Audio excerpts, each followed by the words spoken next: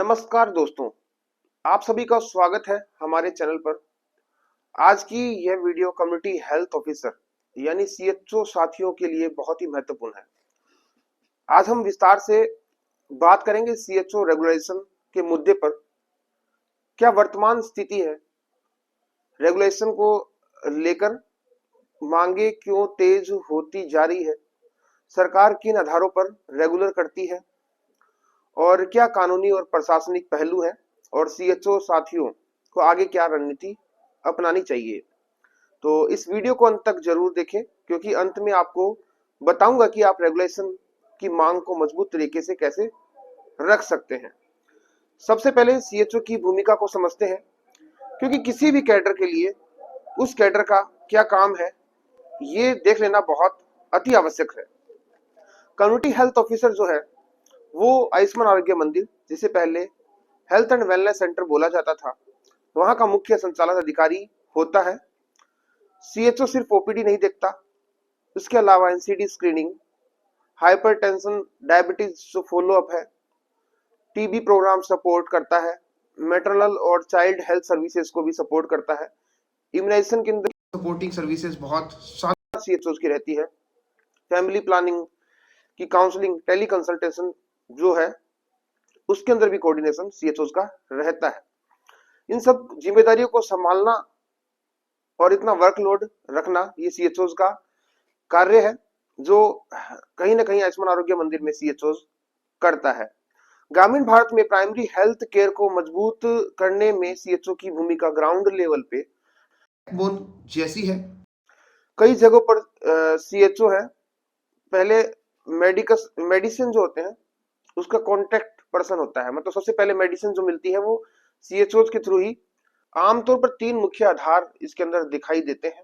पहला, पोस्ट की permanent necessity cadre. दूसरा, long service duration by employees, कि लंबे समय से वो एम्प्लॉय काम कर रहा है कि नहीं कर रहा है उस पद पे। तीसरा है budget approval and policy decision. ये बहुत आगे की बातें हो गई। पहला है पोस्ट की परमानेंट नेसेसिटी, ये बहुत अति आवश्यक है, परमानेंट कैडर बहुत जरूरी है। सीएचओ पोस्ट इन तीनों क्राइटेरिया पर काफी हद तक फिट भी बैठता है। पोस्ट परमानेंट नेचर की है सीएचओ की, पर कई साल से सेवाएं भी दे रहे हैं। प्राइमरी हेल्थ केयर एक्सपेंशन जो है वो भी ऑनगोइंग है, यानी कि बजट की भी कोई कमी नहीं है।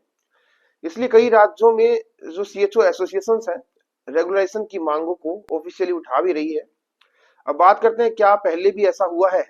जी हाँ, हेल्थ सेक्टर में पहले भी कई कॉन्ट्रेक्चुअल जो पोस्ट जो थे वो बाद में रेगुलर किए गए हैं, जैसे staff nurse, ANM, lab staff, और कुछ राज्यों में एनएचएम वर्कर्स की स्टेट कैडर में भी एब्जॉर्ब किया गया है। इसलिए सीएचओ रेगुलेशन असंभव नहीं है, लेकिन इसके लिए ऑर्गेनाइजेशन एफर्ट बहुत जरूरी है। अब सबसे महत्वपूर्ण जो चीजें हैं वो है सीएचओ साथियों को क्या करना चाहिए। सबसे पहले यूनिटी यानी कि एकता बनानी बहुत अति आवश्यक है, और उसके बाद में कलेक्टिव रिप्रेजेंटेटिव होता है, वो भी सबको देना बहुत जरूरी है। दूसरा है प्रॉपर डॉक्यूमेंटेशन, जो कि आपकी ज्वाइनिंग डेट, सर्विसेज और परफॉर्मेंस रिपोर्ट्स, ये भी आपके पास ऑर्गेनाइज्ड होनी चाहिए।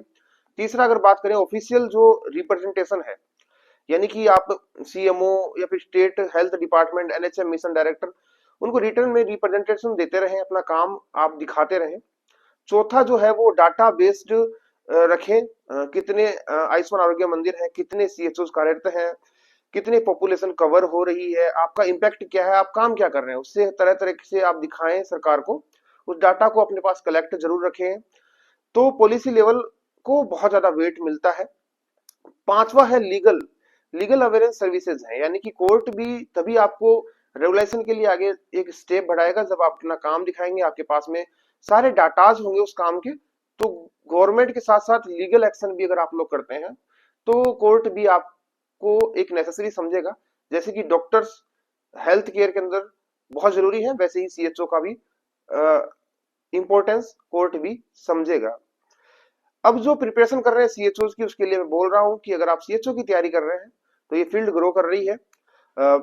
प्रिवेंटिव जो हेल्थ केयर फ्यूचर मॉडल है, ये सीएचओ के भरोसे है, और बहुत सारी वैकेंसियां फ्यूचर में आपको देखने को मिलेगी। आप लोगों का क्या सुझाव है